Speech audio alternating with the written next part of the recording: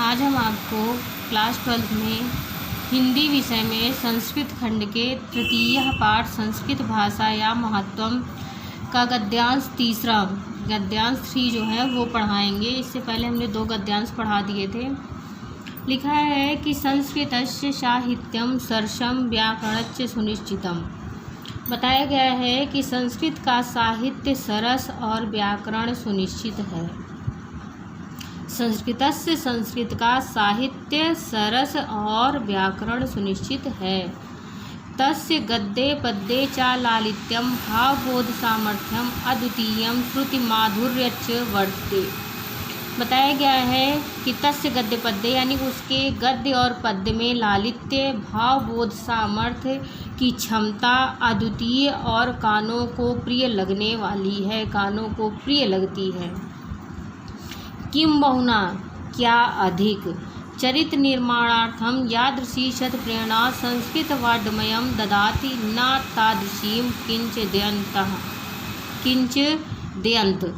बताया गया है कि क्या अधिक किम बहुना क्या अधिक चरित्र निर्माण की जैसी उत्तम प्रेरणा या जैसी सत प्रेरणा संस्कृत साहित्य देता है वैसी अन्य कोई साहित्य में नहीं है। मूलभूतानां मानवीय गुणानां यादृशी विवेचना संस्कृत साहित्यम वर्तते नान्यत्र तादृशी। बताया गया है कि मूलभूत मानवीय गुणों की जैसी विवेचना संस्कृत साहित्य में मिलता है वैसी अन्य कहीं नहीं। दया दानम शौचम औदार्यम अनसूया क्षमा अन्ये च नेके गुणा अस्या साहित्यस्य अनुशीलनेन सज्जायन्ते। दया दान और लिखा है शौचम। शौचम मीन्स होता है पवित्रता।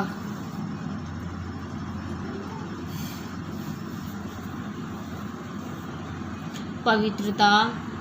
औदार्य मीन्स उदारता। अनसूया मीन्स होता है ईर्ष्या या ईर्ष्या से रहित। क्षमा और अनेक गुण इसी साहित्य के अनुशीलन से उत्पन्न होते हैं। सज्जायन्ते मीन्स होता है उत्पन्न।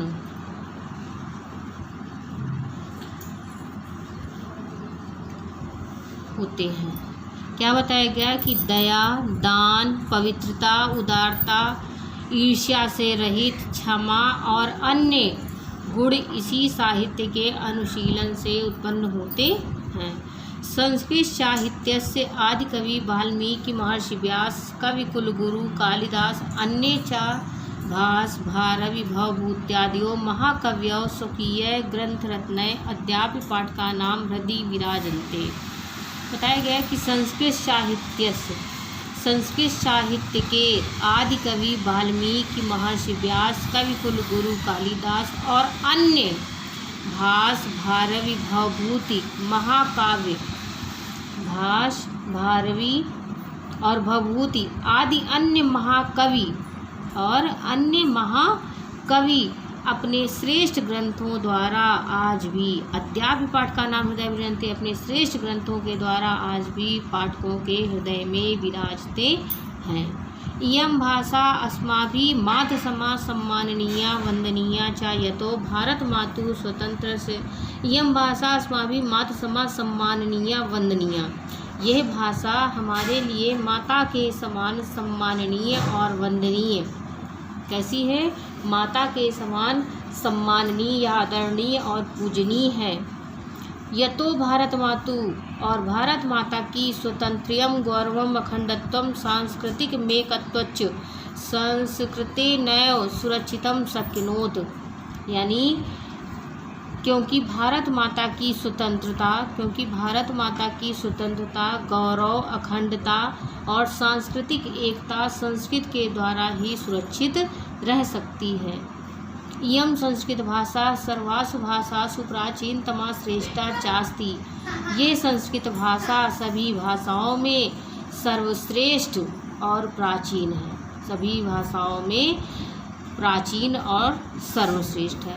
ततः सुश्रुतम भाषासु मुख्या मधुरा दिव्या गीर्वाण भारती इति। इसलिए ठीक ही कहा गया है कि सभी भाषाओं में देववाणी यानी संस्कृत मुख्य, मधुर और दिव्य है, अर्थात अलौकिक है। इस तरह आपका ये पूरा पाठ जो है कंप्लीट होता है। इसे लर्न करिए, जो ना समझ में आए वो पूछ सकते हैं।